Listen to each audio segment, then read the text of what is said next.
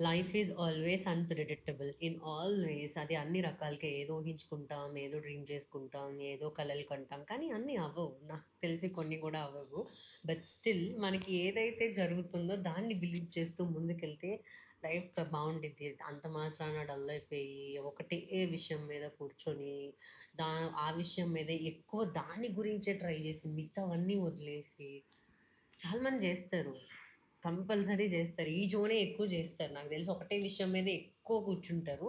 మిగతా విషయాలన్నీ సంవత్సరాల్లో అవగొడతారు. రోజులు కూడా గాదు, వారాలు గాదు, నెలలు గాదు. బట్ ఇట్లా చెప్పేవాళ్ళు చాలా మందుంటారు. అయినా ఆ చెప్పినంత సేపు వింటారు. తర్వాత స్క్రోల్ జేస్తారు. మళ్ళీ సేమ్ డిప్రెషన్.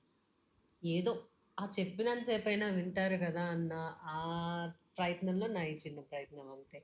సో, ఎక్కువ ఆలోచించకండి. లైఫ్ ఎలా ఎళ్ళాలన్నది అలా ఎళ్తది. అండ్ ఎలా ఎళ్తున్న దాన్ని అలానే మీరు యాక్సెప్ట్ చేసి, దాంట్లో హ్యాపీనెస్‌ని వెతుక్కుంటే చాలా హ్యాపీగా ఉండొచ్చు. ఉన్నది ఒకటే లైఫ్ కదా!